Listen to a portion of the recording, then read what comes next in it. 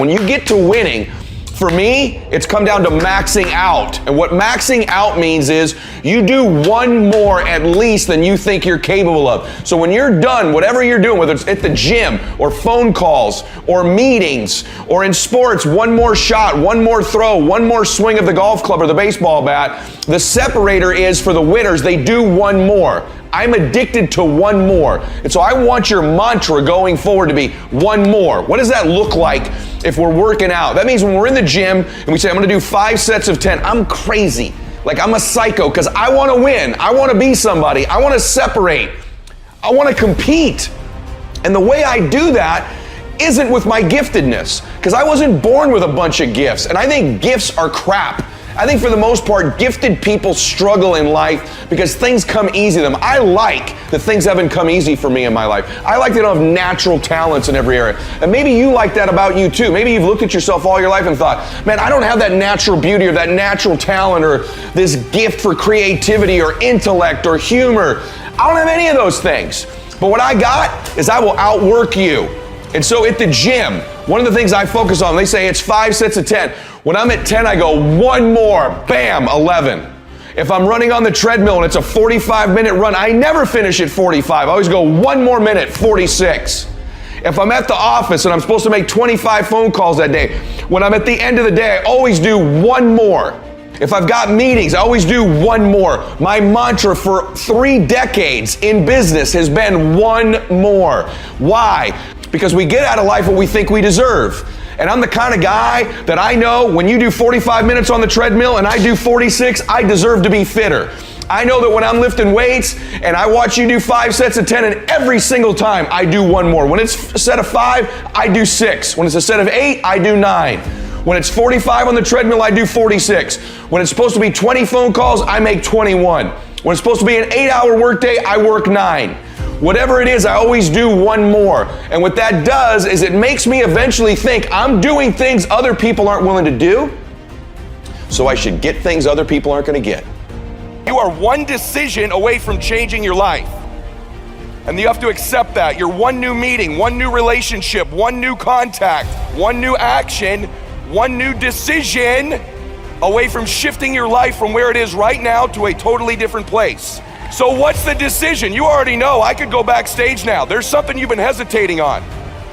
There's a contact you need to make, isn't there?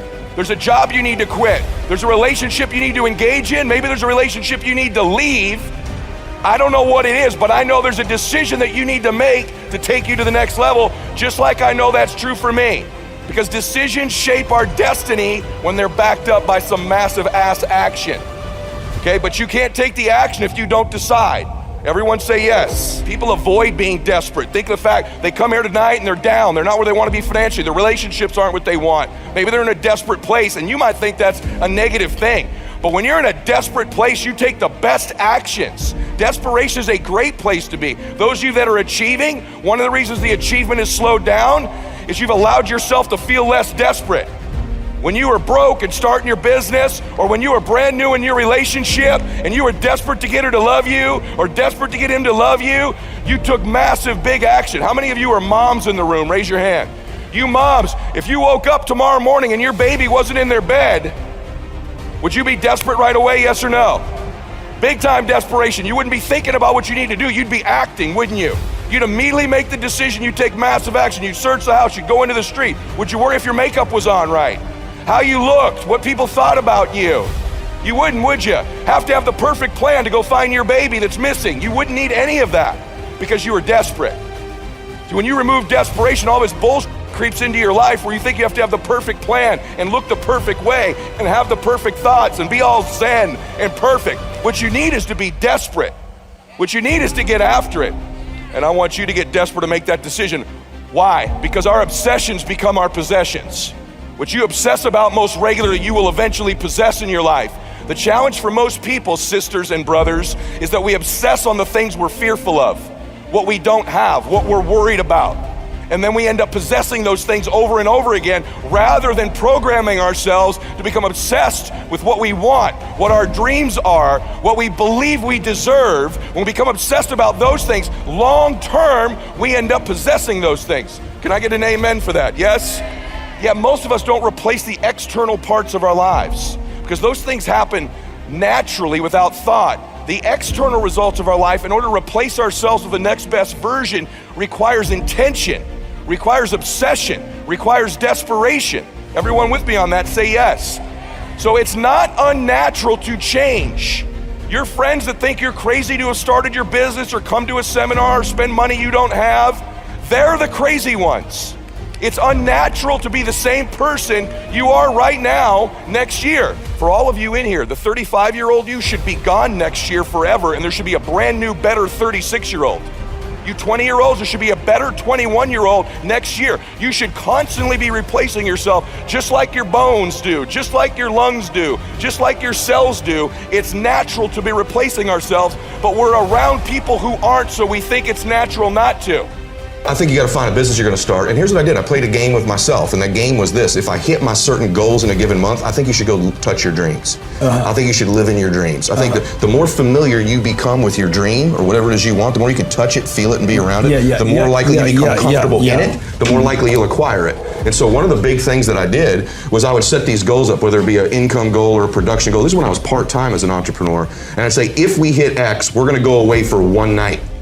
And that one night would be to a nice place. It might be like the Ritz-Carlton Laguna Beach, right, where I would go, or the La Quinta Resort in Palm Desert. And I'd do one night in my dream. I'd spend the $300 or $400. My wife would get a nice massage. Get a taste of it. And I'd go play golf. And guess who you run into those golf courses? You run into some rich dudes. And I'd run into those guys on the golf course, and I would get to know them for that weekend, that time. So it wasn't golf. You're touching possibility. You're living in your dream. The more you can touch it.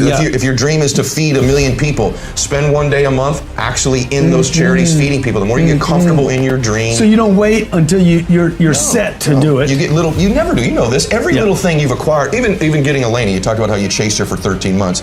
You got around her a little bit in the meantime, because the more comfortable she could get with hearing your voice messages are from you, the more likely she's going to get in your dream. Because you belong in your dream, but you have to touch it regularly before you get it. A couple ironic things about closing and selling that you may not have ever been told before, but I'm going to tell you. People don't have to believe what you're saying. Is that crazy? People do not have to believe what you're saying. In fact, too many of you spend too much time trying to get people to believe what you're saying. And you come across like a beggar because of it. You seem desperate. Who's ever trained you to get people to believe what you're saying doesn't get influence.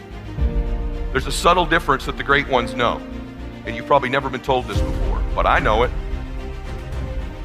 And persuasion is not about getting people to believe what you're saying. You ready? Persuasion is about getting people to believe you believe what you're saying. That's a subtle difference, brother. That's a subtle difference, sister. If you start to think through, I need to get people to believe I believe this, not to get them to believe it. People buy things all the time they don't believe. People buy things all the time they don't understand. That's okay. We want to educate, we want to train, but they don't have to believe everything you're saying. If they have to do that, you're going to look like you're begging all the time. They got to believe you believe it. That's a different intention. The most certain person always influences the less certain person. When you're exchanging with a recruiter or a client, they're either going to close you or you're going to close them. And that's certainty. Certainty is influence. And you can't transfer to me something that you're not experiencing for real. You have to really believe it. You got to really be a crusader. You got to really understand it. When you really believe something, you can transfer that certainty to me. Everybody with me on that? Say yes. This is a huge deal. It's a huge deal that you need to begin to understand that persuasion is they believe you believe what you're saying. I love that most people don't take anything seriously. I love that most people aren't coachable. I love that most people don't do what I teach or that anybody teaches. I love that. That's how certain people win. Half of y'all haven't written a damn word down I've said. If you were in my team, I'd slap the hell out of you. I don't say that disrespectfully. I say this as a dipshit who had a Velcroed car. I don't say that talking down to you. I say, wake up! You want to win? You want to be a millionaire? You got to quit being so casual.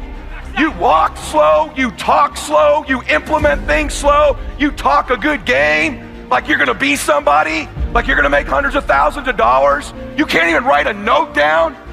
You're going to get your ass kicked in business, dude. Business is a sport. It's competitive.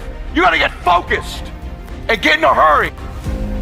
Around a dude like me, we will smash your organization. We come to play. We're for real. What are you? Cool? I've seen all kinds of cool guys my whole career. Cool guys go broke. Cool guys have little flashes in the pan. They have a good 2 or 3 years. Players who implement strategies that get focused and intense, they win decades. They win multiple championships. You win for 2 or 3 years. You know how many guys I've known that have made money for 2, 3, 4 years that are ass broke now? You gotta win year after year after year to be a player in business.